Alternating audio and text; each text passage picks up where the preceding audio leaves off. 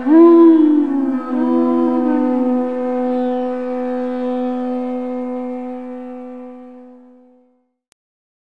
is the second part of the summary overview of the 18th chapter of the Bhagavad-Gita, titled Perfection, Conclusion, the Perfection of Renunciation. And today we will be covering more intensively the second portion. Yesterday we covered the first 3 sections. This particular chapter has 7 divisions. So we allotted 3 of those for the first overview, and today we'll be focusing on the second, but we also want to, just to bring a few newcomers on board, we want to just go over some of the basic information that's important for us to understand in this chapter. Some of it's factual, and some of it's philosophical understandings and instructions that we need to apply to our lives. These particular activities that we do are described as facilitations. They're a little bit different from normal lectures in that we ask participants, we call you participants, and we call the person here, sitting here, the facilitator. The idea is that we try to help you retain information that's essential, so that when you leave, we call them take-home points. You actually can recall, this is a meditation, oh, I remember this about this chapter, I remember this instruction, let me try to apply it. It helps increase retention, and that's what the whole idea is, that we're trying to remember Krishna at every moment of our lives, especially as human beings. We've worked lifetimes to come to this position. Every moment is cost. Every moment that lost is the greatest, it's the greatest tragedy. So every moment, if you spend it favorably in Krishna consciousness, you're rightly situated and you're using the best form of the gift of the human form of life. Okay? So we're going to do quickly, we'll look at our little chalkboard here, and we'll look, you all have, some of you have your little study guides as well. Some of you are visitors, and first time maybe, I don't know if you've got a study guide somehow. Okay? What we do is we first commit a few important points to memory, and you can follow along with me. We want to know exactly where we are, and we are in what? We are in what book? Sounds basic, Bhagavad-Gita, but pretend that we're opening up our computers. Right, and as we open up our computers, we go into different files and sub-files. This helps us. Now, these are what we call essential take-home points. We are now in what is called what's chapter number, everybody? 18th, very good. It's important to know these things because it's like locating ourselves if we're trying to find someplace. You found this room, you had to know where you look. And the important thing we need to know is that this is a conclusive section. Conclusions are always larger, right? And introductions are larger because they cover so much. This particular chapter has how many slokas? 78. These are some of the points. On the inside of the cover of your study guide, you'll find what we call essential take-home points. These are the most general facts about the chapter that you should commit. All right, so 18th chapter has 78 points. 78 verses. Now, we want to know the title. Sometimes devotees may have to scratch their memories, but it should be on the tip of your tongue. This particular chapter, it's a conclusion, right? So we'll use the symbols or the letters, the code. Conclusion, and it is called the perfection of what? Renunciation. And this leads us to the final conclusion of the entire book. The whole book has been based on coming to this point today. What is renunciation, and what is the perfectional stage of renunciation? And this particular chapter begins actually with that question. Arjuna wants to know what's the purpose of renunciation, Chag, and of the renounced order of sannyas. And he's actually carrying that inquiry over from the end of the 17th chapter. Because there we've been describing in the different modes, sacrifice, austerities, and charity. And now this is the link. Well, what's really the purpose? Why am I doing that? What's the link? Okay, so more people have come. Maybe Mataji wants to check if they need to stand, and some of these other gentlemen may. Do you want study guides? It's handy. Yeah, because if you follow it along, so please accept. Mataji has a few, not so many extra. Yesterday the majority were passed out. Okay, so now we sort of revise, we go back, and we quickly see how quickly we can state that. So we are now in the 18th chapter. The title is Conclusion, the Perfection of Renunciation. It has 78 verses. So you could actually do a little bit of preaching if you're preaching to yourselves or to someone else. It's the idea to be aware so that you are fluent in the material, okay, proficient. Okay, so now we've committed that much. This is the most general information. Now we're starting to get a little more specific. This is what we call zooming in on the satellite. The next thing we should understand is that because it's a conclusion, it has to have the most topics. And of all the chapters, this one has how many topics? Seven topics. And we'll be revising those quickly and focusing on 4 today. The first 3 we did yesterday, but it has 7 topics because it has to cover the entire book. And it's also interesting, it also has 7 items. This is a separate 7 items in the modes that affect our consciousness. And we want to go over the important point that we should aim for the mode of goodness in all of these 7 items. Because goodness is a safe platform. It is the platform, the springboard for going to pure goodness, in which we're no longer, the soul is no longer covered by contamination. You cannot springboard from passion and ignorance. Not possible. So the goal in this chapter is to see how the modes affect our consciousness and strive for these 7 items in the mode of goodness. So yesterday we quickly looked at some theme slides on all the modes and how they affected 7 items. So we looked at 21 slides yesterday. Today we may quickly just look at just the ones in goodness as a recap. So everybody understand that? How many topics are there? 7. Okay. And how many items in the modes affect our consciousness? 7. Right.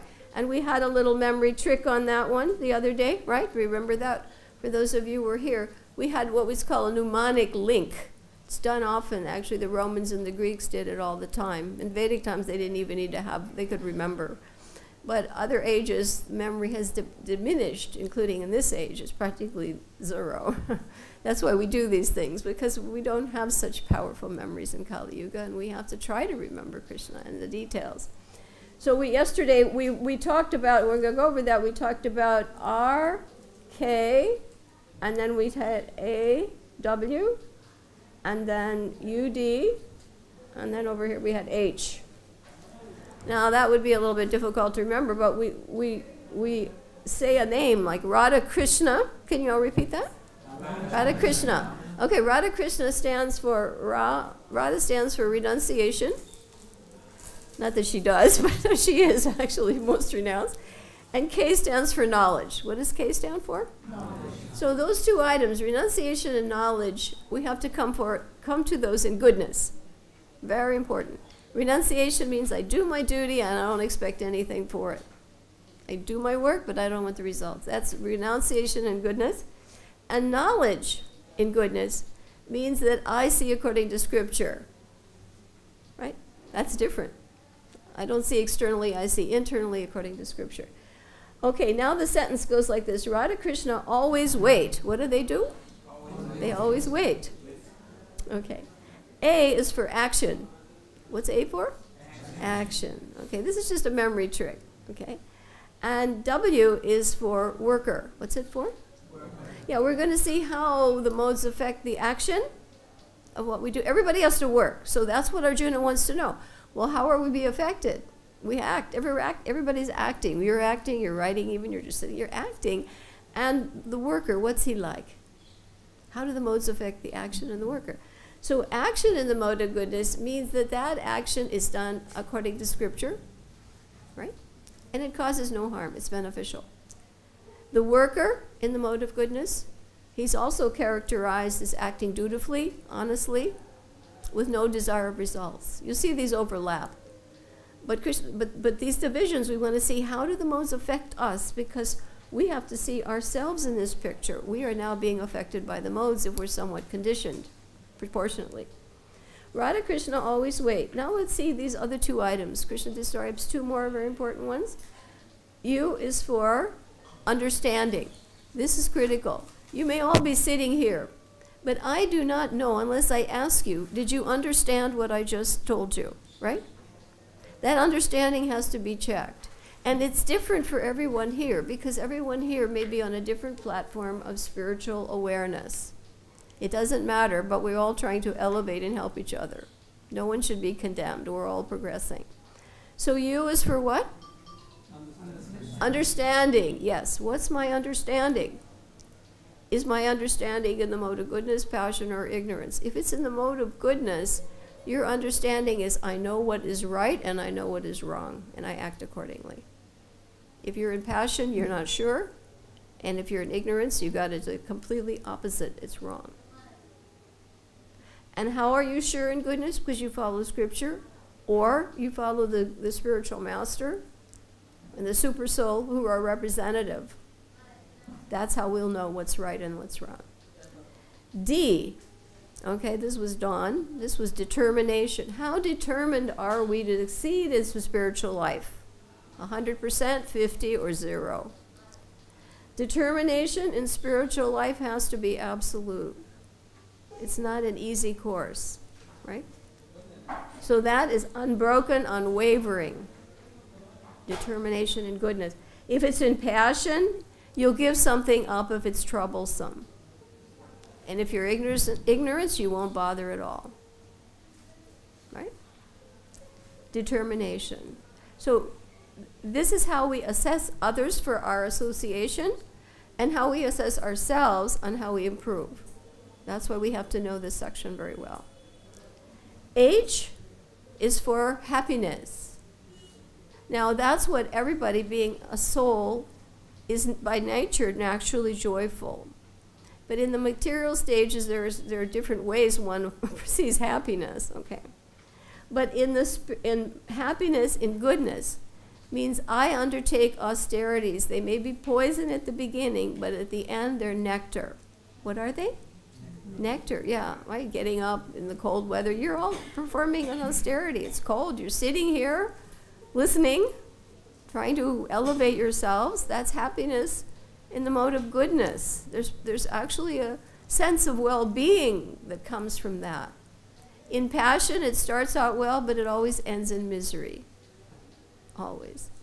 And in ignorance, it's so much an illusion that what they take to be happiness is completely misery from beginning to end.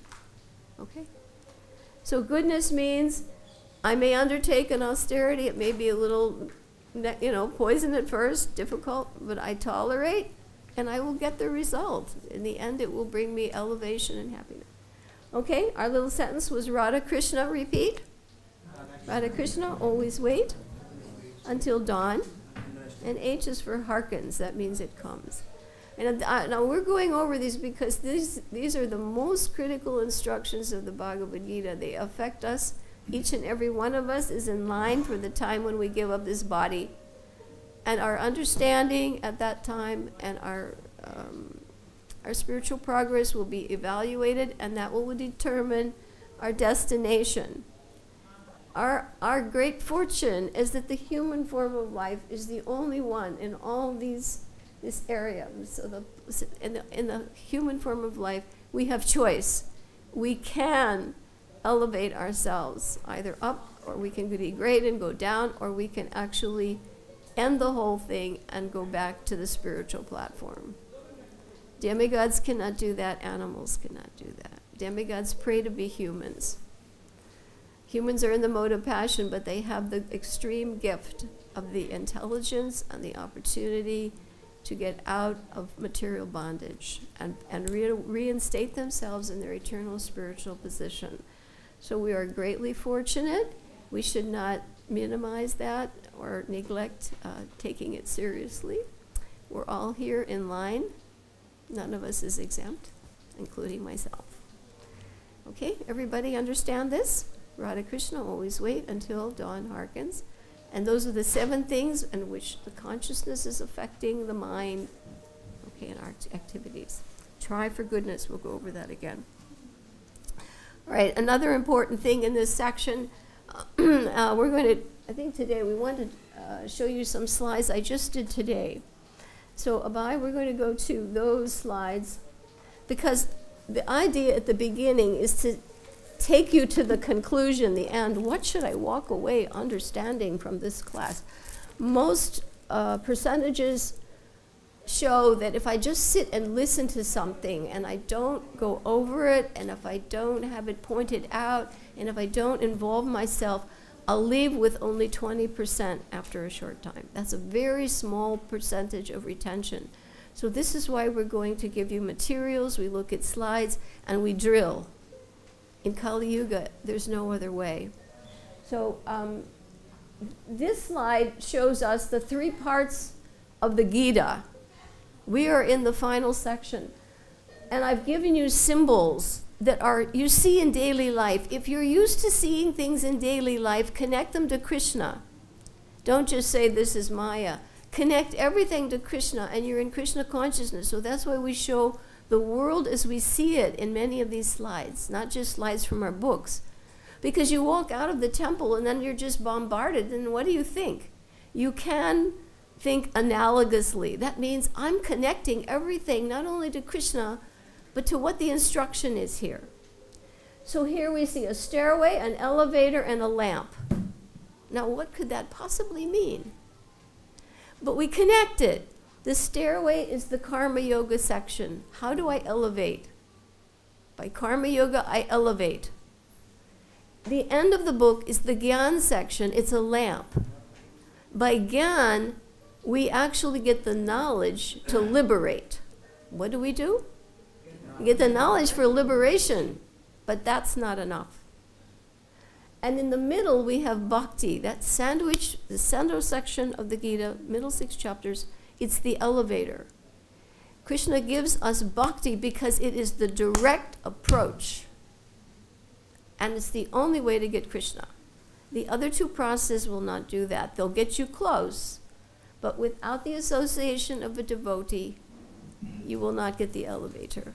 And that takes you directly to Krishna. So do you see now how we've connected? So what's the stairway for? Karma Yoga. And what's the lamp for? Gyan Yoga. That's knowledge. And what's the elevator for? The direct process. Direct. By taking the Krishna consciousness, you surpass all other methods and you go directly. Okay, now let's take a look at another one. And we talked about that the Uddhava-Gita and the Bhagavad-Gita, they're both 18 chapters. Uddhava-Gita is in the Bhagavatam and it's more extensive.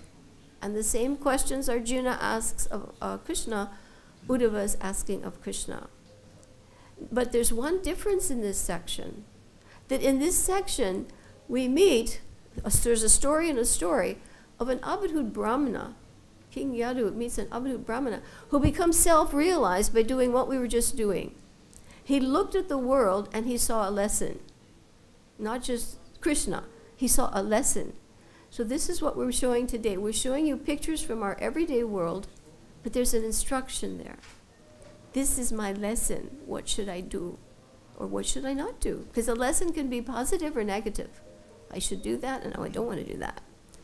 Okay, so this is the difference. And here's the value, how Krishna is saying, in the human form of life, I have the ability to directly or indirectly search through apparent and indirect objects to learn the truth. The Brahmana became self-realized that way. The world becomes your teacher, your guru. Okay? Next slide. And here he is. He's described as being Dattatreya. Okay? Okay, go ahead. Now, here you have a boomerang. Now, you won't see these in India, but you'll see them in Australia. Okay? And the boomerang we've chosen because it's a symbol of karma yoga. If you don't perform service for Krishna, you have to take the reaction for what you do. That means whatever you did, the reaction has to come. It has to come. You'll see these in Australia, and they throw them out, and it's like they try to catch them also. So unless work is done for the Yagyapati, for Vishnu or Krishna, you'll have to take the reaction, subtle or gross. This is the difference between karma yoga and gyan. Gyan is subtle reaction. You think you're doing it. If you think that, if you say that, you may be giving up the gross results, but even if subtly you think you should get the self-satisfaction, you have to take a reaction for that. That's why gyan is so important. It doesn't, without gyan, you can't get to Brahma Bhuta. because that's the psychological stage of renunciation. So the boomerang represents the law of karma, action and what? Reaction. Your work, everything you do is creating an action that will bring a what? Reaction. Unless it is done for Krishna. Whoa. And that means birth, death, old age, and disease again and again and again and again. Heavy. This is not preschool Mickey Mouse subject matter. This is serious. Okay, our next slide. Carrot and the stick. What motivates people? In the material concept, this is a story, the carrot and the stick. You see the donkey has a carrot on the stick, right? Most people are motivated by two opposing things. The carrot, I want it. The stick, I don't. Right? Attraction, repulsion. Or gain, or pleasure or pain. I want pleasure, but I don't want pain. But is anybody materially conditioned acting to serve Krishna? Is he? No, no. And that's the only thing that's going to get him out, right? Okay, so the carrot and the stick, and we have a couple of other pictures there. The carrot is a famous, this is what they use in business to motivate different kinds of people. They promise them a reward, and if they don't get it, they'll get a loss in salary. Right? And here's a cartoon about it. The rabbit says, I like carrots, and the woodchucker says, I like. Sometimes I find humorous representatives of that, sort of funny. All right, this is the Gyan symbol. What's this? Anybody recognize where we are here? Yeah, we're inside an airplane, the cockpit. Okay, so you're on an airplane. Many devotees have to go on airplanes, get visas or fly somewhere, right? So when you're in an airplane, what do you think of? Oh, I want to get off the airplane, right? Okay, but if you're in the cockpit, there are 2 people up there. Now in America, they require 4 people. They have to have 2 extra people, not just 2. You have a pilot and you have a co-pilot. So what do I learn from this, from the Gyan section? From the Gyan section, the thing that will keep me from reaction is awareness of super soul. Super soul. He's of the 5 factors of work, he's the 5th factor, and he's the one that sanctions something. Because Arjuna says, well, how can somebody who's working in Krishna consciousness be freed of reaction and somebody else isn't? Because he's aware of Supersoul and he acts under the order of Supersoul, and thereby he is freed from reaction. So the pilot is representative of Supersoul, and the co-pilot is, who's that? Who's that? Soul. Us, right? You're all the co-pilots. Right, the soul, the individual. There are other factors. Okay, next, we're going to look at that. Now, this is a representation of, you see the mixed colors and the modes? The modes are always acting and they're fluctuating. They're taking us up and down and competing. But it's also a sample of what's called biorhythms. And biorhythms represent charts that show how in any period of time for anyone, we will have high periods and low periods, where things are going very well and things are going very badly. And that's what happens if you're not in spiritual life. You'll be getting these ups and downs, and they will disturb you will not have peace of mind to practice spiritual life.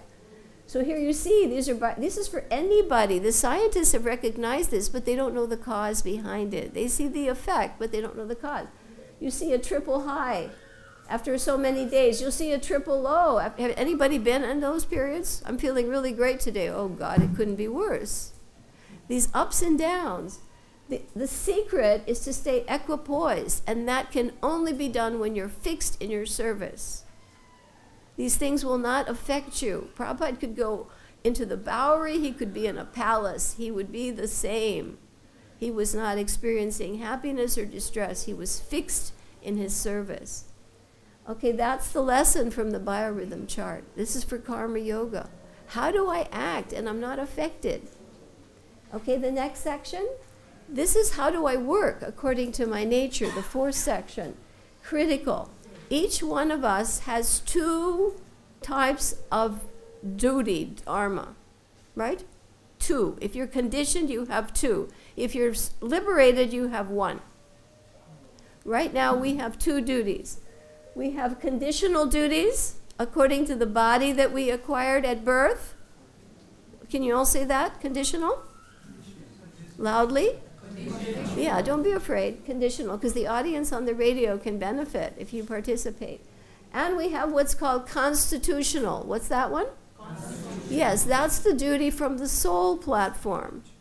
This one's external. It changes according to the body. It can be different. It will be different. It can change even in one lifetime, from the time you're little to the time you grow up. But the spiritual duties, do they change? No, because they're your eternal duties. Now, most people walking out there not involved in spiritual life, they're not aware of that. I have spiritual duties to perform. But a devotee does, and these are two tracks, and they should be parallel. They should not conflict.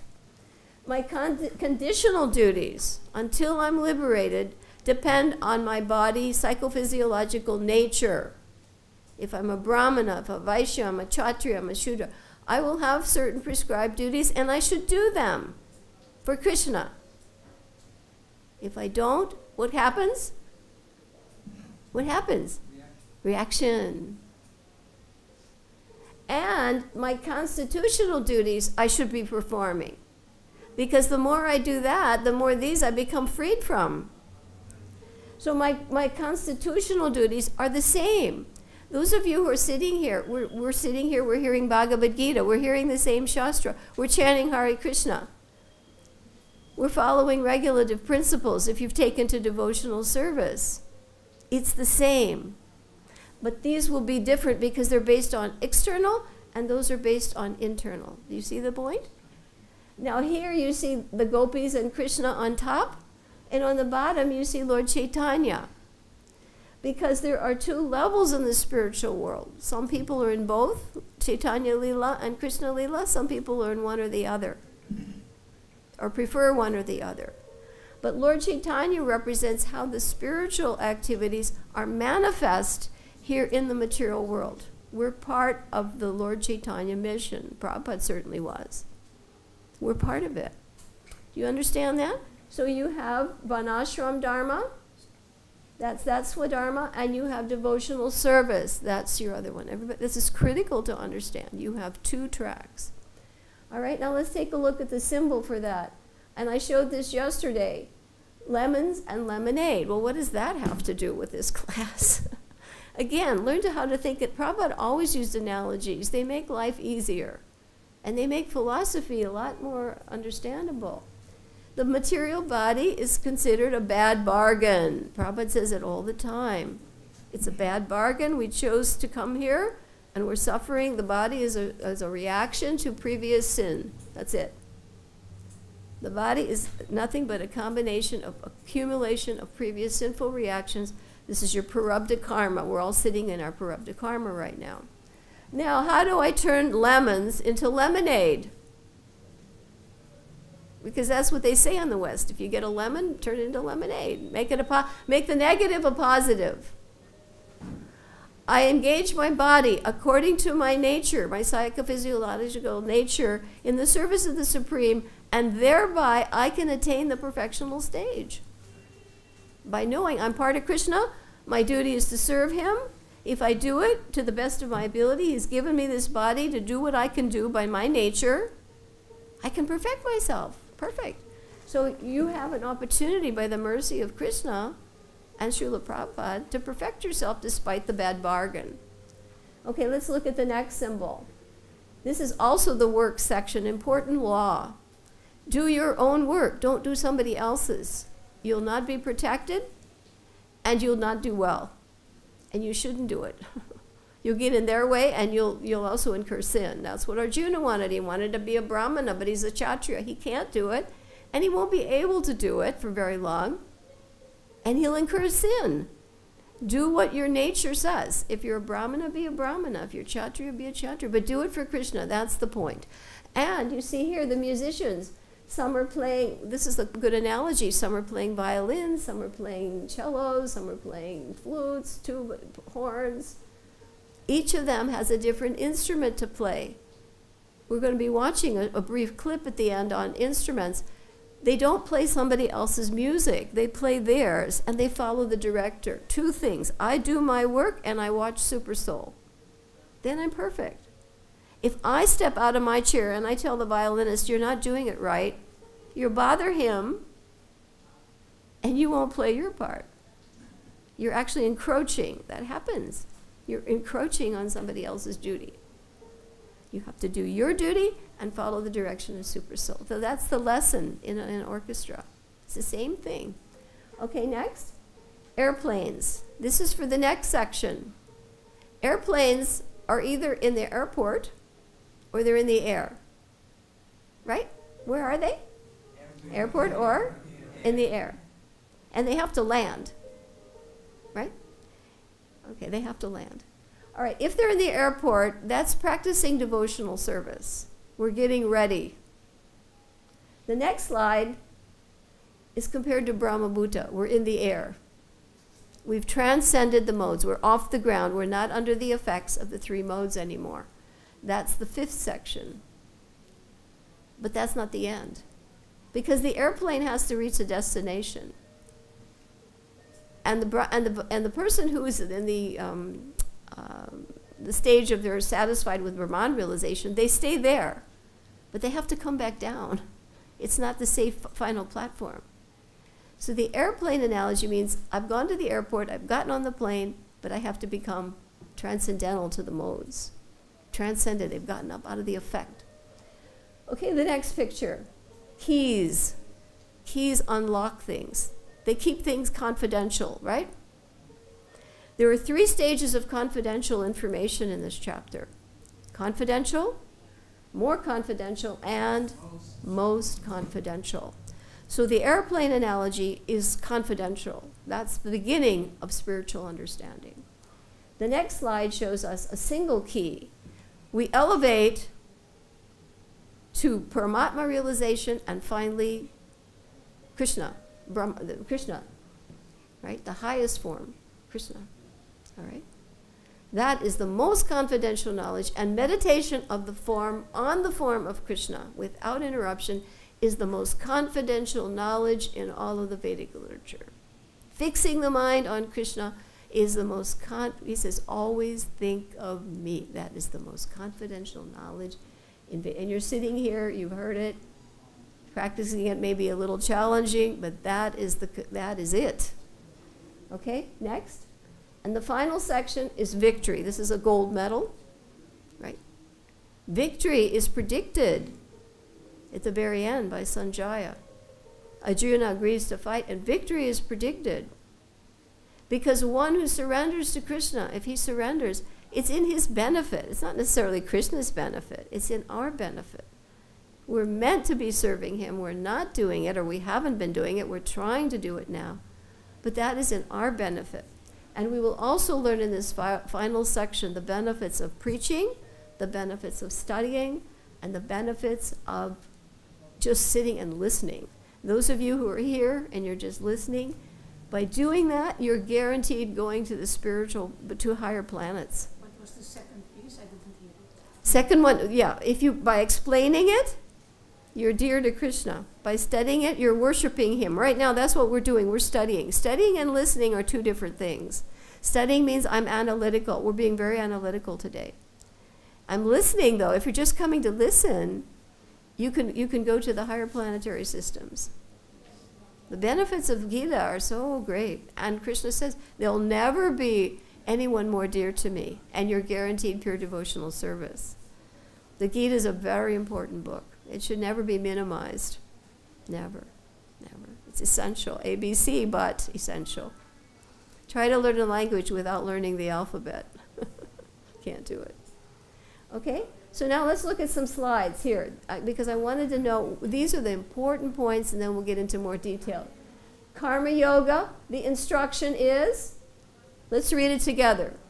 Perform prescribed duty, but renounce the results. That's the instruction of the Karma Yoga section. You have to do your work. Never does the Gita say, don't do your work. Arjuna was not told, sit down on the chariot, I'll fight it out for you. No. He wasn't even promised assurance of victory. Krishna said, I'd rather see you die in the battle than give it up. He said that. You'll become inglorious if you give it up. So you have to do your work, both conditional and constitutional, and you cannot expect the results. That is what is renunciation. Arjuna's asking, what is renunciation? You do the work, you don't renounce work, but you renounce the fruit with no expectation. Is a sense of matter of duty. And the benefit, what's the benefit? Everybody? Loudly? Freedom from reaction. There is benefit to spiritual austerities and sacrifice and charity. There's not as though there's never. The benefits are spiritual, not material. Material gain is temporary and binding. It's actually abominable. It keeps people here. Everybody thinks, oh, yes, I'm getting something. You're not getting anything more than misery and repeated birth and death. It's abominable. It's cheating. Next. This is part 2. Part 2, remember, was Gyan. Part 2, Gyan Yoga, the instruction. What are you supposed to do? Loudly?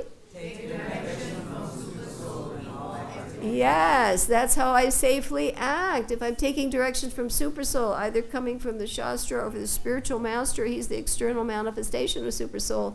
If I do that, my actions are not going to bind me, nor will they give me a reaction. Arjuna, if he fights under the order of Krishna, is not bound. Even if he's killing soldiers, he's not going to suffer the reaction. So what's the benefit of doing that? Right. So if you have a proper spiritual master and you're acting under his orders, whatever you're doing, you're sitting here, everybody's doing something. You're going to walk out that door, you're going to be doing something. You're going to go home, you're going to be eating something. You are either going to incur karma or you're not. There's nobody here who's not going to be affected one way or the other. It's up to you. All right, next. Part 3, the modes. What's the instruction? And avoid at all costs passion and ignorance. Goodness elevates, passion and ignorance degrade. Guaranteed. Guaranteed. So you have to know, well, what constitutes goodness? And am I doing it? Am I in it? If I'm not, am I moving towards goodness? We looked at those slides yesterday. Okay, next, benefit. And elevation, what was the benefit back again for goodness? It elevates us to Visuddhisattva, pure goodness, right? It's a stepping stone. You can't skip. Okay, next. Now the 4th section. No, you skipped the turquoise. Is this it? Yeah, okay. Working according to my body, my nature. What's the instruction? Yes, don't try to be a Brahmana if you're Kshatriya. And if you're a Sudra, don't say you're a Brahmana just because you were born in a Brahma family. You may not be. It goes by your nature, your guna and your karma. Qualities. You can't pretend. They may, and that's what doesn't work. That's why India's system isn't working. The caste system is actually, it's not the Daivi Varnashram system. That's meant to elevate, not to restrict people or falsely designate people. They've got it wrong. Okay, and the benefit, what's the benefit? I can be elevated perfectional stage. What happens? Because every duty will have disadvantages, but if you do them regardless, you become purified and you become self-realized. That's what Prabhupada writes in the purport. You become automatically self-realized by following your nature and offering it to Krishna. Any inebrities in the system or the practices or in the work itself become completely absolved by Krishna. That's also when you say Om Tat Sat. That was explained in the 17th chapter. It's purified. You're free. You're safe. The body's going to make mistakes. The work has deficiencies, but you do it and you become self-realized. That's what Prabhupada writes. Okay, the next section. This is the one on going from Gyan to Bhakti. What's the instruction? Yes, remember that chart? Remain equipoised. Be free of false ego. Be free of anger and attachment and happiness and distress. Stay steady, equipoised. I see everybody on the soul platform. I see equally. No matter whether the job is difficult or it's not, I do it. And that will elevate me to what? Yes, the airplane off the ground. If I do that, I'm Brahma Bhuta. I have no more connection with my body or mind. That's a very high platform. That's just the beginning of bhakti. We're practicing bhakti. We're in the airport hangar. But the Brahma Bhuta stage means I have no psychophysiological connection with the body or the mind. Very elevated. And that begins spiritual life. We're talking about, Bhagavad-Gita, ABC, but, who's got it? Okay, next. Now, the next stage, surrender. What's the instruction? Right, and it's in our benefit. It's in our benefit. And those are the last two. The first one you saw was that. Last one you saw was Brahma Bhuta. This is realization of Paramatma, and even higher realization of Krishna. Bhagavan realization.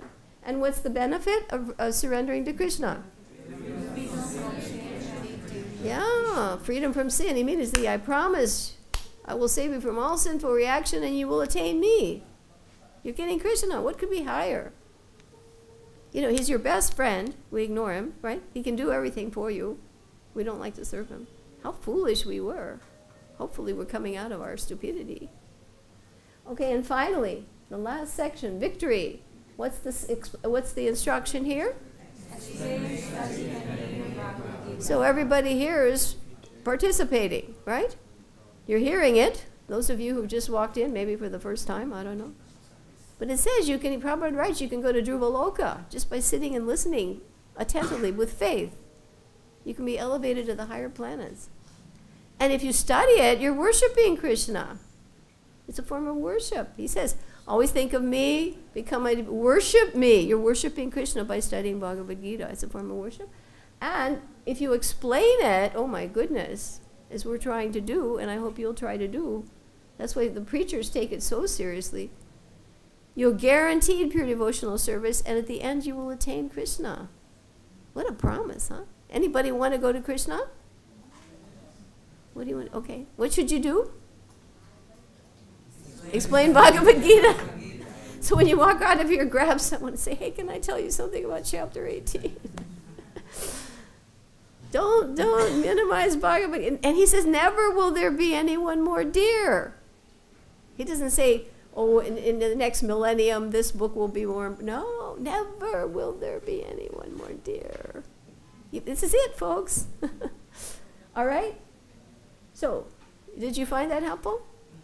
All right, let's now take a quick look at some of the slokas from that section. So we're going to look at pictures because these classes really go fast, but we spend a lot of time on the topics because if you know the basic structure, the details fall into place.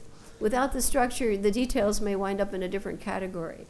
Okay, we're starting now with 41 because this section has 8 verses. And I'll show that on the chart really fast. We did this yesterday, and I had fun doing this. Some of you were here, and some of you were not. So,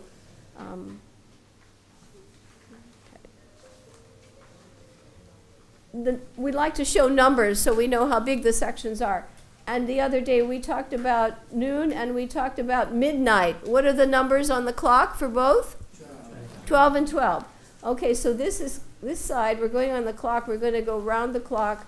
This is the end of the chapter, or the beginning of the chapter, and this is the end.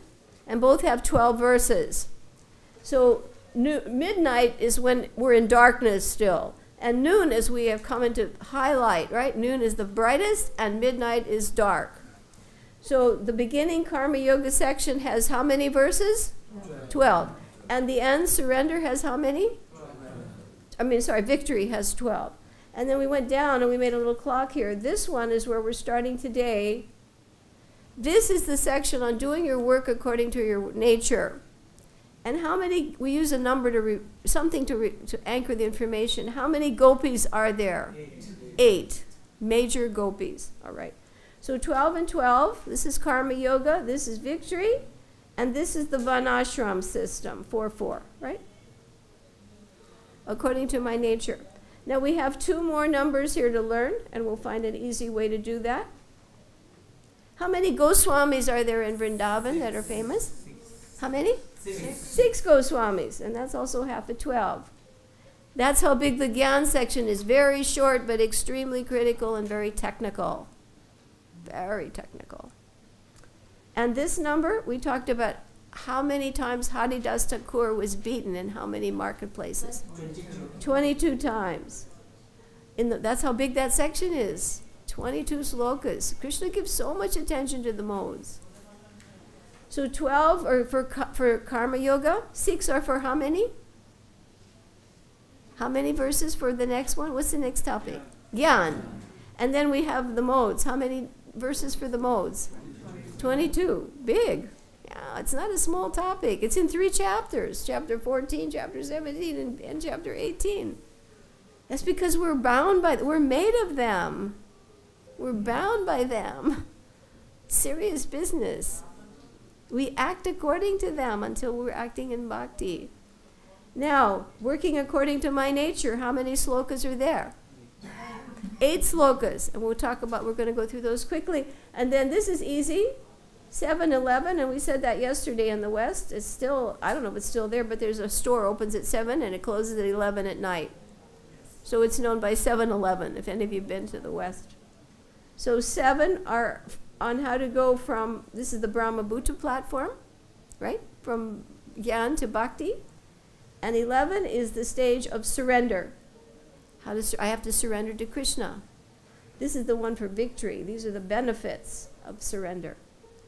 11 for surrender, okay? 12, 6, 22, 8, 7, 11, and back to 12. That just shows us the breakdown of these 7 topics. When we study, we have to find ways to entertain our mind, because otherwise it's drudgery and we won't bother in Kali Yuga. But if we have ways that make it creative and also help us think of Krishna, then our study becomes pleasurable as well as beneficial. All right, so now let's take a look at some of the pictures that go with the slides for these slokas. Remember, this section has 8. And here we have a picture that shows how are these different qualities distinguished. This is an introductory sloka. A yellow is for goodness. Pink is for, what do you think? What mode? Passion. And what about blue? Ignorance. Okay. So these show us the breakdown of the four varnas. Okay? I'm sorry, yeah, the varnas. The Brahmana, the Kshatriya, and the Vaishya and the Shudra. So the Brahmana is in what mode? Goodness. And the Kshatriya is in what mode? And the Vaishya, he's also partly in passion. He's also partly in ignorance. And what about the Shudra? In ignorance. Okay? Brahmana in goodness, Vaishya, Kshatriya in passion, Vaishya in both passion and ignorance, and the Shudra in ignorance. All right, next. Now we have a few slides sometimes for the same verse. In this verse, this next verse, the qualities of the Brahmana, many, 9. He's peaceful, self-controlled, honest, religious, tolerant, so many qualities for the Brahmana. These are the natural qualities, and that's how you can distinguish if somebody's Brahminical. Is he truthful? Is he clean? Is he peaceful? Is he self-controlled? Is he religious? Okay? Next. I think there's a, oh yeah, now here's the Kshatriya. There are 7 qualities, 9 qualities for the Brahmin, 7 for the Kshatriya. Heroism, right? And we see them there. Power, determination. When I stop, you can read the next word, if you will. Generosity, and what? Leadership, yes. They're leaders. There have to be Kshatriyas. It's not easy to sit in the helm of a temple president's seat. Very difficult job. And they have, these are the natural qualities for the Kshatriya. And you see here many of our ISKCON devotees. They have to lead a society. That's not an easy job. Okay? How about the Vaishya? Okay, and we have a few pictures of different, Vaishya has 3 qualities. Notice they have fewer and fewer. Farming, cow protection, and business. So we have some different farms. I think this was in Australia. We have a picture of another one. I don't remember where this one was. Cow protection. And I had another one. Even Madhajis can do farm, you know, they can work in the garden, whatever. These are not restrictive, but some people predominantly do these things. They're good at it. They can raise crops. They can sell them on the marketplace. Not all of us could do that. Okay? So those are the three qualities of the Vaishya. And the last one, do we have a picture? No, I think the Sudra was in that. Now this section, and I chose Jayananda for all these pictures because he's so well known. And this shows you the power of bhakti. Here's a picture of Jayananda when he was a little boy. And that's his father and his mother, and a typical 1940s, 50s picture in America. Do you think when he's in that little picture there, and here he is, I think he's in college. He was always such a down-home goodness type of American type in the old days, which had some good qualities, you know. Do you think when he was in those pictures, he ever thought that he would be worshipped throughout the world as a saint? Do you think he thought that when he was little? No. Did any of you, when you were little, and if you, especially those of us who came from the West, did we ever, when we were 8 years old or 10, did we ever think we'd wind up in Vrindavan? I never heard of the place. I never even heard of Krishna. If you were born in India, you heard of Krishna at least. Do you think his mother or his father knew our little boy is going to be worshipped for 10,000 years as a saint? The point of this is that every man can become what? Perfect. Now hear how this can be done. You're all possible. Maybe you're the next one on the Vaishnav calendar. Right? Who knows? We may be sitting to the next saint for 10,000 years. Anyone. And now hear from me. Now here's Jayananda. He was, because his background was in engineering, he was really into building the carts. He's Mr. Rathayatra. He was worked like anything. He drove a taxi cab. He used to bring in bananas to the temple. He did all kinds of labor. He became a saint. He used to repair cars. Did that restrict him to being a Sudra? No, bhakti can get you out of those designations. He became a Vaishnav saint. Okay, that was another picture there. Here he is on the book, The Beautiful Life of Jayananda. There are books about him. Every time his disappearance day, we listen to his wonderful glories. He was good not only in his service quantity, but in his relationships. Perfect. Everybody loved Jayananda. People would cry when he left his body. Okay, next. And here he is. How do I become perfect? By worship of the Lord. All beings, who is the source of all beings. A man can attain what? Perfection. Through performing his work. Don't think that if I have to do something because of my nature, I can't become perfect in Krishna. That's not true. Jayananda is such an example. Okay, perfection. There he is in the Rathayatra. You see him over here, and there's Prabhupada on the card. Okay, next. And some rules to this one. Do your own work, not the person next to you or somebody else, or try to be what you're not. It won't work, and you will be incurring sin, and you can't do it for very long. You can't pretend for too long. It's going to show up really fast. Okay, next, and I have some cute pictures of that. Now, in India, this probably wouldn't be so likely, but in the West, this little boy is 11 years old, and he's a prodigy. He's a conductor of an orchestra. That's his nature. He qualifies. This was Prabhupada's genius. He never restricted anybody because of externals. If somebody was good at it, do it. That's why the movement blossomed.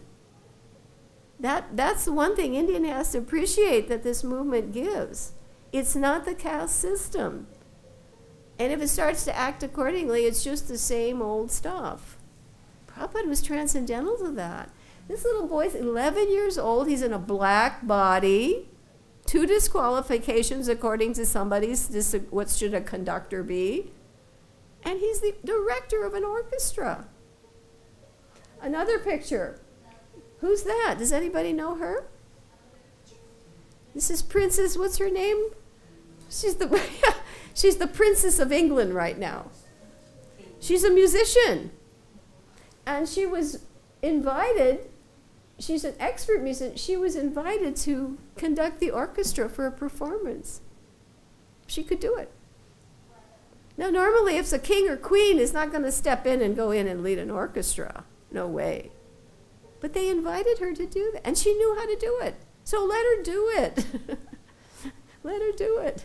And everybody's happy. You see the people in the audience. Yeah, I can't think of her name right now. I don't follow so much the news with the, but she's the wife of the prince in line. Yeah. Okay. This also, now many more women are being allowed to be conductors, and they're very good. They're accepting that. If they're good, let them do it. Prabhupada took that, yeah. Look at Jamuna, my goodness. What could you do beyond? Jamuna will be famous for the next 10,000 years, too. Next. Now, here's a joke. Here these people are trying to play somebody else's instrument. Does it work? No. Next. One more. Here's a little boy in Russia. He's 4 years old, or 3 or 4. And he's allowed to play in the orchestra. He's an expert drummer. Is he being restricted because he's 4 years old? No. Okay, let's take a look at some more. Now here's a famous analogy. Every service has its problems. Don't think the Brahmins or the Vaishyas or the Sudras or the leaders or the temple presidents, sannyasis have it easy. Every service, every varna, every ashram has its problems. Fire has smoke, but fire is still useful. So you should do your work despite the flaws. There are 2 reasons people give up their work. One, they think, I don't do it well enough, let me do something else. Or the work is not ideal. There are problems to the work. I don't want to do business because I'll have to earn money, and that's not Krishna conscious. So don't give up your work because of that. The secret is engage things properly. Don't give up your work, even if you're not expert. And even in the work has problems. So here that's the analogy. And there's another one here. The next picture, the lady, she's cooking despite the smoke. The fire is essential. Your work is essential. It will have problems. We're in the material world. But don't give up the work because you're not perfect. You won't be. And don't give up the service because it has inherent flaws. By doing it for Krishna, remember we said, he neutralizes all the defects and you become self-realized. Read that purport. It's brilliant. Okay, next. Here's another picture. You see a yagya, the fire again. And there's always smoke with fire. Okay? Now, this next section is how do we get freedom from, this is the word, is how do the perfectional stage of freedom for reaction. That's the whole point of this chapter. How to become free from reaction, because every time I do, I get bound up more and more. All right, so one who is self-controlled and unattached. Is this sloka number 49, right? This starts the next section, I believe. This is the how to go from. And here are the qualities. He says, son of Kunti, hear from me how we can attain this. This is the highest stage of knowledge at this point. This is the confidential section. Okay, and here you see we use Dhruva for this, because Dhruva is a good example. Okay, so Dhruva is inquiring as to how to be perfected. And he summarizes it. And here's all the qualities. You'll see them in every chapter of the Gita. Be equipoise, be equal in happiness and distress, be equal to friends and enemies, be free of false ego, be free of anger, lust, and greed. You'll see these in every chapter, because this is the stage of equanimity, and it's the beginning to Brahma-bhuta. Okay? So these are qualities you get from verse 51 to 53. You'll be purified that way. Your consciousness is purified. But you have to come to the mode of goodness to attain this. And here you see little Dhruva. He's in a secluded place. He's not eating anything. He's even not drinking. Or he's not even breathing. Okay, next picture. And he becomes self-realized. And by the grace of the Lord, the touch of the Lord, Okay, next picture. And this is the Brahma-Bhuta platform. Famous verse, 1854. What's the result? Is there anybody here who wants to be joyful? Yes. All the time? Yes. That's it. Brahma-Bhuta, if you are, you've attained it. And in that state, he's in pure devotional service. That's the beginning of bhakti. 1854. That's the Brahma-Bhuta. Brahma-Bhuta prasanatma. Okay? Narada Muni's example. And there's Dhruva. And then what's the qualification? You can enter the kingdom of God. And Dhruva made it, and his mother did too. She took him, she came along with him. That's the beauty of the Brahma. That's the beauty of being a devotee. You can take your family with you. Tell them, don't worry, I'm a devotee, and you can come too. Okay, next section. Now, I think this is still in that 50, 66. Now we're starting this other section.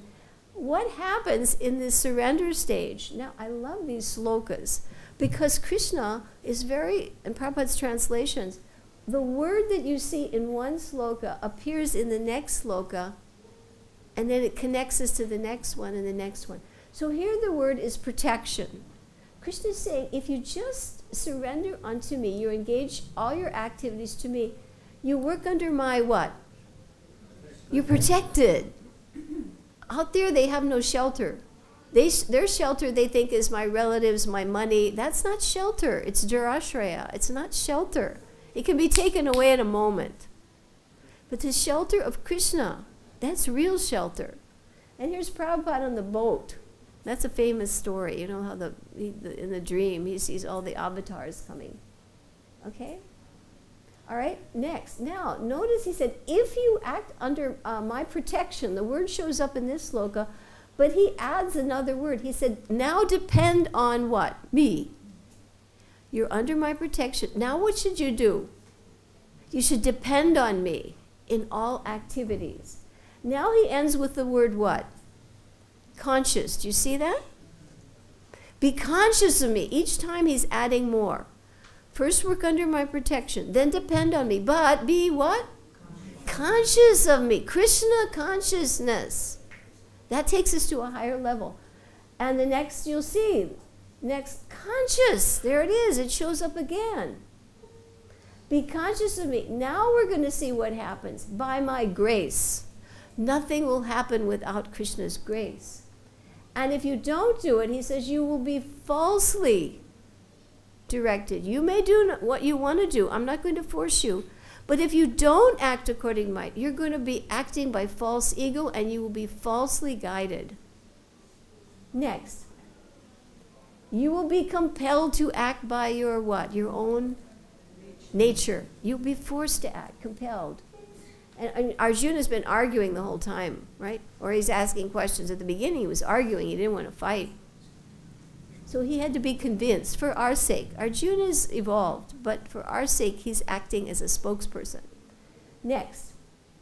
And now it's explained why every one of us is being driven, like on a car, on a machine. We're being driven by our senses. And if they're not being directed by the guidance of the Supersoul or Krishna, it's out of control. Have you noticed, are people out of control? On New Year's Eve, what were people doing? They were completely out of control and suffering and starting a new year the wrong way. So this is what happens if you don't have the driver, which is Supersoul, controlling your actions. You cannot, you're out of control. Your life is taken in all directions. Okay, next. And grace again. By your grace you will attain peace and the supreme eternal abode. Okay, next picture. Now you're allowed to think about it. Krishna doesn't force you. You have free will. He doesn't take that away from you. Okay, deliberate. And we saw those keys earlier. We use them again. This is the most confidential knowledge. Okay, next. Always what? Think of me. Let's say this one. Always what? Think of me. Become my devotee. Worship me. Offer your homage. 4 steps. Thus you will what? Come to me without. I what? Promise you this. Why? Because you're my very dear friend. All right, next. And abandon all varieties. These two verses are the famous ones. Abandon all varieties of religion and just what? Surrender unto me. I shall what? Deliver you from all sinful reaction. Do not fear. Those two verses are the perfection of the renunciation process. Okay? And this confidential knowledge should not be explained. He tells you in this section, this final section, who should and shouldn't hear it. People who are not what? They're not austere. They're not what? Devoted. They're not what? Engaged in devotional service. Or they're envious. Right. Now, the pure devotee is more tolerant and giving than the Lord, because they take the risk. Because if someone at least sits and hears, he can become purified. He can become purified.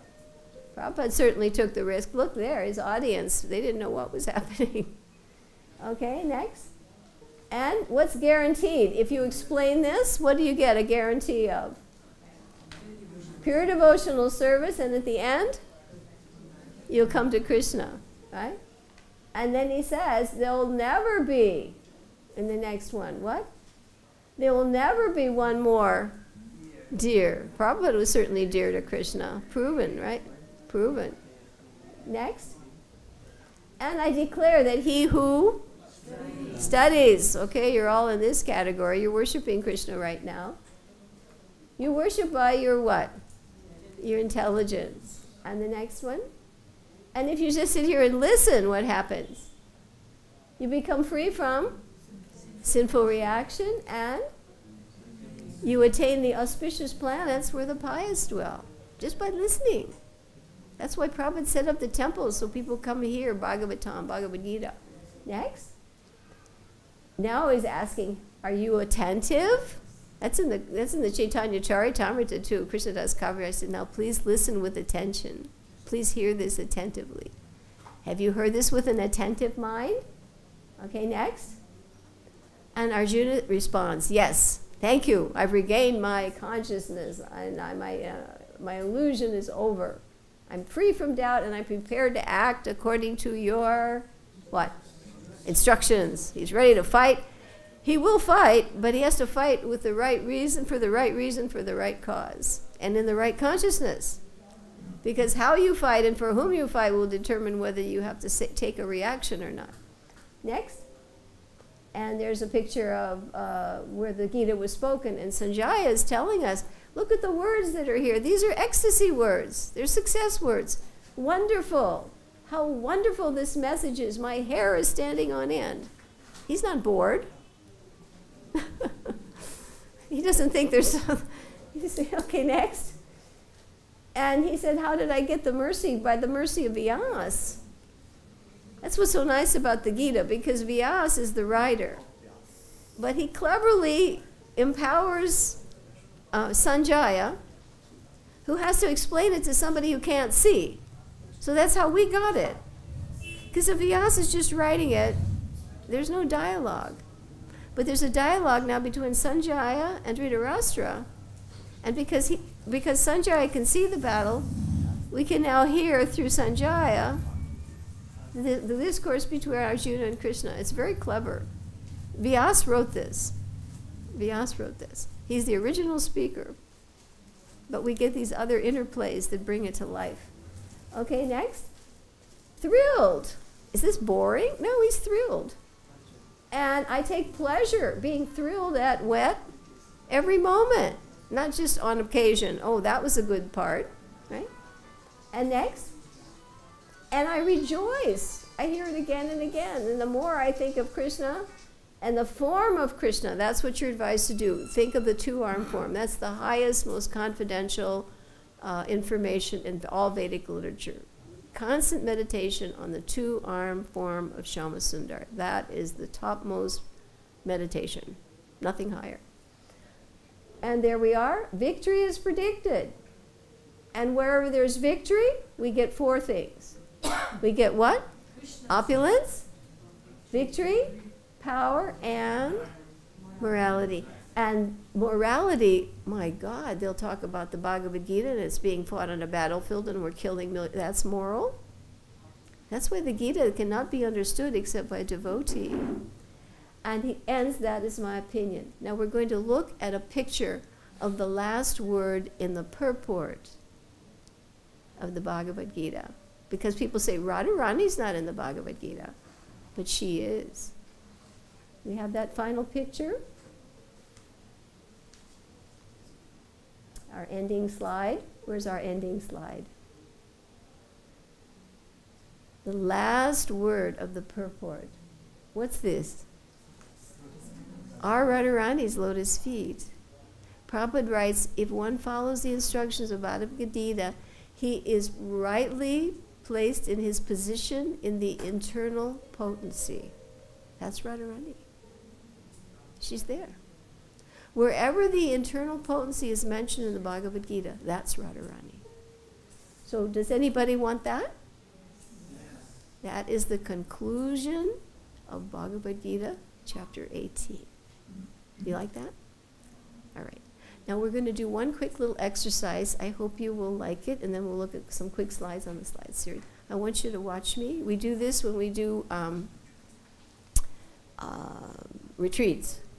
I've done this quite a number of times, and you have to do this with me. How would you like to know in just 3 minutes the major themes in the Bhagavad Gita? Is there anybody here who would like to know that? Okay, but you have to do this with me. Are you ready? You can put your pens down and your papers down, but you have to follow. Now there are 16 themes in the Bhagavad Gita, 12 main ones, and 4 of them are subdivisions. All right, because when you walk out of here and somebody asks you, well, what's in the Bhagavad Gita? You could tell them 16 themes. Okay? Right? Now we're going to not do that. We're going to do the signals first because you'll learn the signals and then the slides will man up. Okay, everybody do this? I think that's a good idea. We'll do the signal with the slide. Okay? What's this one? Now this is a progression because you'll see that these 16 themes are actually from the entry level of bhakti to the topmost position. It goes that way. All right. What's this one? Yes. Any other book you know tell you about this? No. No university. No school. And this is the beginning. You have to realize that the Bhagavad Gita has information that's nowhere else on the planet by the mercy of Srila Prabhupada. Be grateful. Everybody say Haribol. Thank you, Prabhupada. Thank you, Prabhupada. Okay, so that's the first topic. Now, what's hard is we go to the end. Can you go to the last slide? What we do is we use the sandwich approach because somebody thinks, oh, I'll never get to number 16. So we go to the end right away. Okay, what's the last one? Ananya Bhakti. That's uninterrupted, unalloyed devotional service. That's the goal. That's 12B. Okay, let's do 12A. Go back one. Because 12A is just Bhakti. Right. I don't know if maybe somebody's here at the Ananya Bhakti platform. I'm not, but, you know, it's what we want. And so 12A is what? Here's your signal. Let's do it, everybody. Thank you. And what's this one? Very good. Okay, now we're going to repeat them really quickly. What was the first one? Soul. Say it loudly. The people on the audience, they're wondering, what are we doing? All right? And what's this one? Bhakti. And this one? Bhakti. Okay, you know 3 out of 16, right? We always tell people what you know. All right, let's go to number 2 slide. What's this one? Characteristics of a self-realized person. Right? Brahma Buddha, he's what? Joyful. Remember that sloka, 1854? Joyful. All right, now faster. Soul. Transformation. Bhakti. All right, what's this one? Of a self-realized person. We've got quite an audience out there watching. What are those people doing? But you'll be surprised because body language is 55% of communication. 55%. If you don't use it, you're cutting yourself out. You will learn faster and you will remember it longer. All right, let's go back down to number 11. Signal. 4. 4 fingers, thumb in. What's this one? Varnashram. 4 varnas, 4 ashrams. That's the signal. Okay? Faster now. Soul, transformation, bhakti, self-realized person, varnashram. Okay, you got quite a few of the topics down. You know them now. Was that hard? Anybody having a hard time? If I gave you that list to memorize and I said do it in 5 minutes, you'll say, I'm sorry, I have something else to do right now. And it would be boring. Everybody's smiling. You'd be surprised. This works. I tell you, I've seen people who are completely just come to life. Because they're learning. Learning is pleasurable. You don't need to bribe people. You don't need, oh, have a piece of candy if you learn. No, that degrades the whole process. All right, let's go to number 3. Okay? This one is levels of knowledge. This has 2 parts. Levels of knowledge. We get all levels of knowledge, right? Today we had confidential, more confidential, most confidential. Now what's this one? B. How to receive it. Right. From the guru through the parampara. If I can't get it from the guru through the parampara, it's not knowledge. It's nescience. So what's this one again? Knowledge. Yeah, levels of knowledge and how to receive it. I have to approach a bona fide guru, surrender to him, and he has to be bona fide in the line of a bona fide parampara. Otherwise, what you're getting is just conditional information, contaminated. Okay? Let's go now to number 10. 10A and 10B.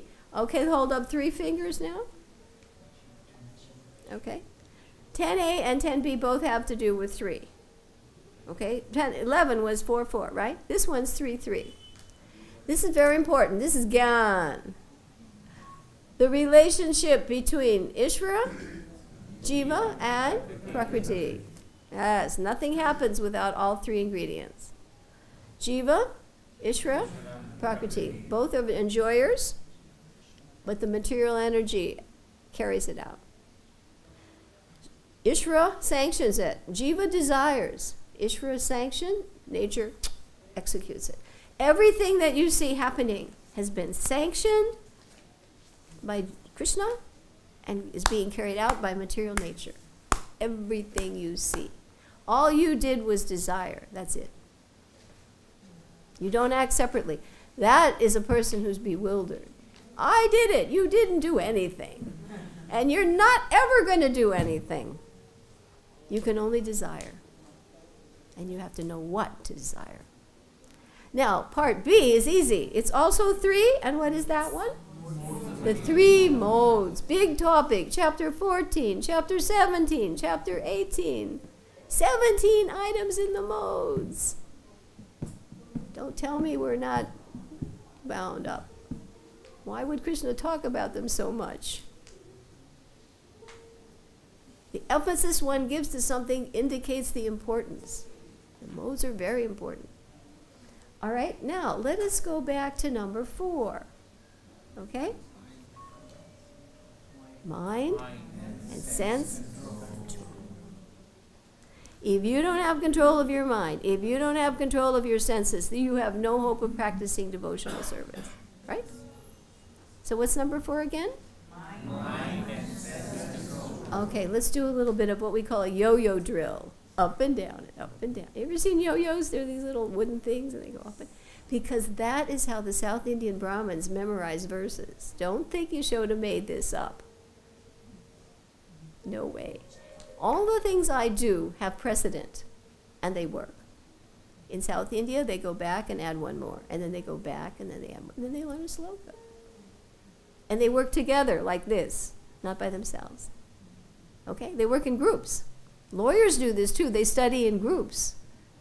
They have to memorize many laws. They study together. That's what we're doing. South Indian Brahmins and lawyer systems, that's what we're doing. Soul, transformation, bhakti, Self-realized person. varnashram,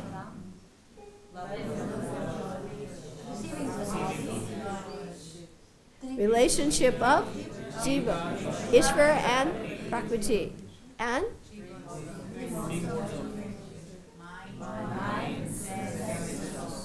Is anybody having a hard time learning? No. Okay, now we're going to do number 5. This has 2 parts. Okay, easy. What's number 5, eh? Yoga practices, very extensively described. This is the first part section. Okay, yoga practices. Part B is very important part. Do I what? Do I renounce my work, or do I what? Work in devotion. That's what Arjuna wanted to do. He wanted to give up his work. You don't give up the work. You work in devotion. So what's part 5A? Yoga practices. 5B? Do I renounce my work, or do I work in devotion? You are covering the whole Bhagavad-Gita right now, folks. And when you walk out of here, make this your meditation. Go teach somebody the signals. It's really easy, and they'll smile. If they walk around depressed, hey, I know the secret. You don't need to take a pill. You can just try this. Okay, let us now try, we're going to skip number 6, and we're going to do 3 middle ones. This is the sandwich approach. This is how generals win a war. If you're going to fight an enemy, you have to work on all sides. You just don't come at them at one side. They can run off. You surround the enemy, and you get them in the middle. So when we talk about learning strategies, this is the same thing. Strategy. How do I learn something that I have to learn? We're going to do 7, 8, and 9 now, and then we'll go back to 6. I love number 7. It's my favorite one. Are you ready? You have number 7?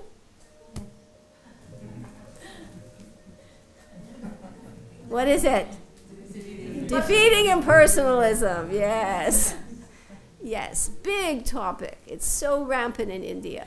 Oh, Brahman is the highest, and I'm God, and God is a man, and I'm God, and, you know, it's completely upside down. They don't even know their own philosophy, really. And they've convinced everybody of untruth. Okay? So what are we going to do with number 7? We're going to defeat impersonalism with the Bhagavad-Gita. Prabhupada goes there. There's not afraid. Prabhupada's not afraid of them at all. He knows the highest platform, and he knows to cut the truth. Okay, and now, number 8. This is a nice one. What's that one?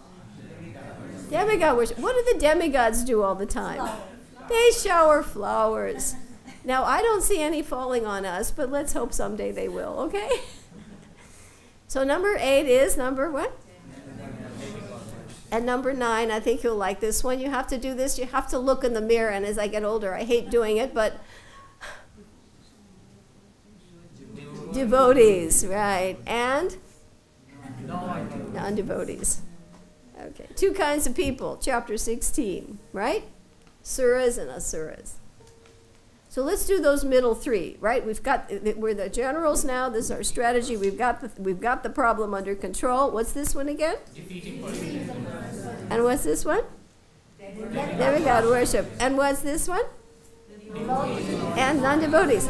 Now we have number 6. That's it. Are we ready for the last one? Levels of God realization. Right. From Brahman to Paramatma to Bhagavan. And we end with Krishna. Did you like that? Yes. Okay. We've really run over time. We got a lot of apples. We got a lot of people out the back there watching us. But we did want to show a quick little thing, just 2 short things. I wanted to show you an orchestra, and it's pretty dramatic how people in the West spend so much money. They're so elaborate. And at least the music you're going to hear is from Ben-Hur, which was about, Jesus. At least it's spiritual. But if they only would be chanting Hare Krishna. Now, I want you to see how the people are playing their parts, because this was part of do your work, don't do the guy next to you's work, and focus on the conductor. So please watch it. It's quite dramatic, okay? It's very short, but it's the music, and it's victory music, because it's the parade of the chariots, and we wanted you to just watch something pretty uplifting. And be sure that if you go, or you have to leave. Are they getting fruit as they go? Oh, she's forgetting.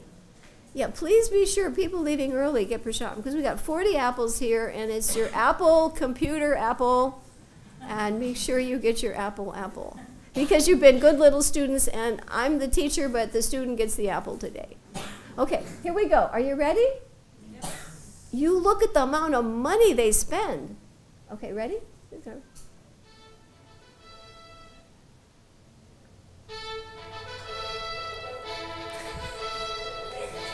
It's such a spectacle. I cannot believe. Look at this. How many people are in the orchestra? At least it's about Jesus, right?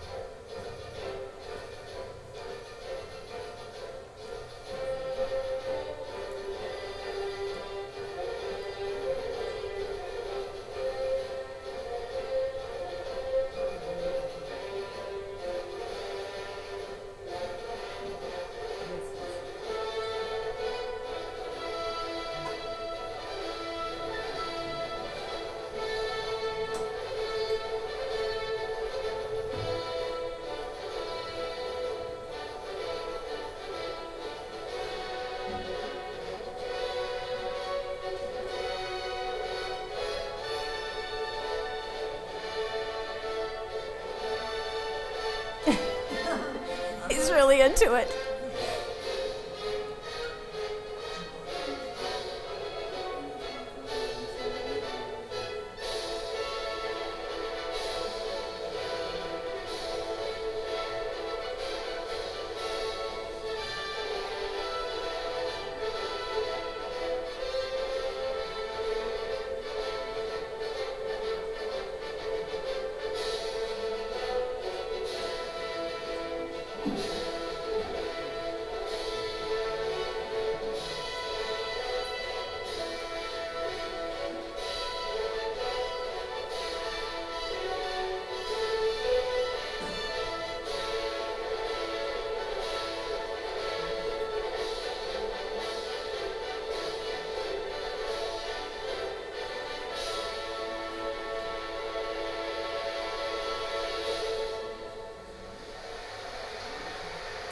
And they had to pay for that. Now we're going to watch something that's free, that's spiritual. And you can only pray that someday they'll be going like this in numbers so they'll hear about Krishna. Let's end it with something that an old video of Prabhupada out on the streets, no charge, and people are going to be saved from birth and death.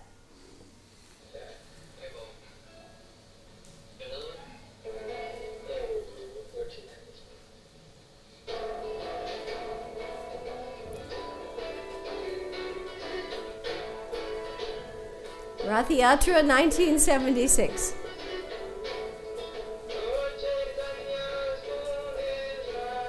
And it's really amazing. Prabhupada at that age, 1 year before he departs, like this, ecstasy.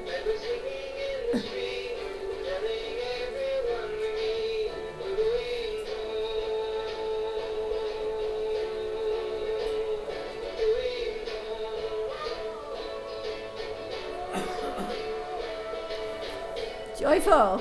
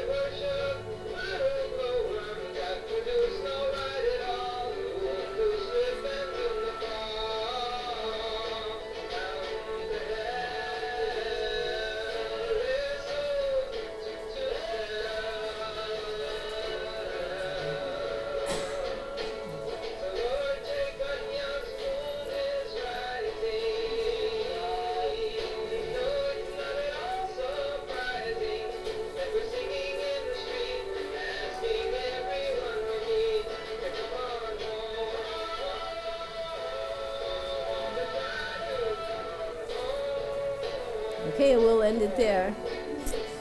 So we thank you for participating in the conclusion. This is the perfection of renunciation in the age of Kali Yuga, Sankirtan Yagya. Haribol.